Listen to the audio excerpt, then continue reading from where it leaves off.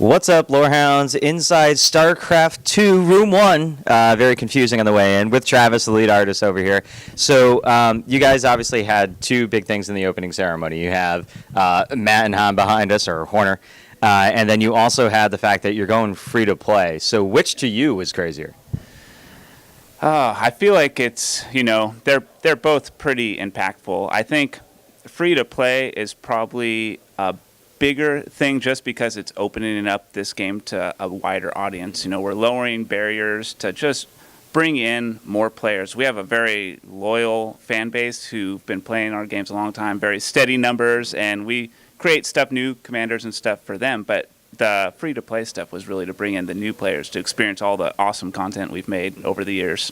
And so are you expecting more casuals to come in, or just people who, never took that step because they had to pay for it and weren't sure? Well, there's so many fans that, watch StarCraft and know of StarCraft, but they've been intimidated to come in and play, to actually, pay money for a campaign to get on the ladder and start playing. By just making it free to play, it's really just lowering those financial barriers. So let's just give this a try. And with so many new players coming in at the same time, our MMR is really good, our matchmaking system for when players come on. So they're going to get matched together and won't just get creamed when they jump in, because that loyal fan base has been there for so long. Even like the lowest bronze players are so good, it's hard for a new player to come in. And are you going to make like just a new casual ladder for those straight newbies?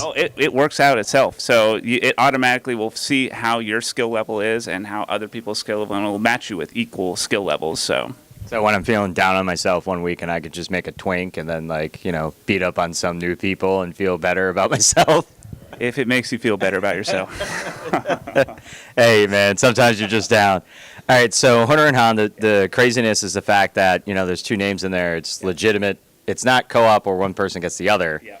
It's one hero. Yeah, that's right. Yeah, so, we've been trying to really put a lot of focus into the co-op commanders because it's become such a popular option for a way to play our game. So we put a lot more resources into it, and we've been really upping the bar for each one. From Phoenix, we put a lot more resources into it, and then Dahaka, we raised the bar and put even more. Mm-hmm. And with this one, we're like, how do we go even beyond that? And the idea was thrown out. Horner Han, they have a really interesting dialogue and relationship. They've always, Mira's always been kind of a background character, but she's been really interesting, a very memorable character. So we tried it out by bringing both in. Like early on, it was tricky because they're really polar opposites.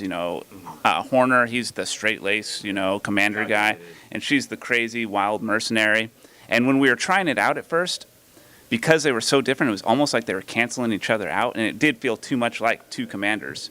So we really had to find how can we bring these guys together? And what we did was focus on their relationship of how they have this odd couple. They're married, So we brought in that kind of marital tension into the way they play, and it became more about how they're working together and fusing. So basically, he's providing, that air support, that Sky Terran support, and she's just decking it out with her mercenary, desert raider gear. They're tricking out their stuff, putting big exhaust and really building it out.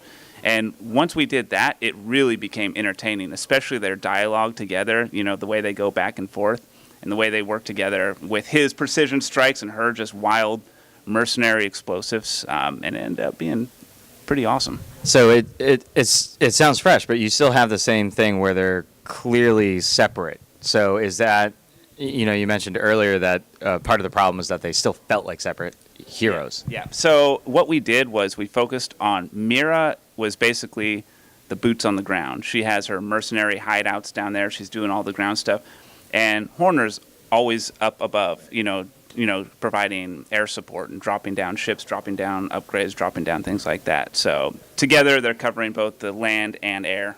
So. Okay. Makes some sense. If only real marriage was so easy, you could just tune some numbers and stuff like that.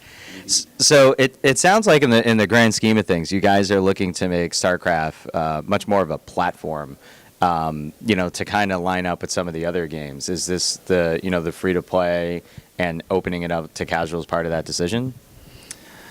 I don't think that we're necessarily thinking of it along that way. It's really, we try to think of it more of we're servicing the fans of the game, and we look at what modes are popular, what people are playing, what people are talking about, and we really try to service that. That's why we put so much more resources into Co-op Commanders, because so many people were playing that mode, you know, so we really wanted to make sure that we were servicing the fans of the game, you know, in that way. So for us, it's more looking at what fans of StarCraft are playing and what they want from the game that really drives our decisions. So did the fans receive Covert Ops well enough to look for a follow-up to that? Yeah, I think Covert Ops, you know, we're very proud of that. That was a super fun campaign to just get into a little bit more of the lore and stuff.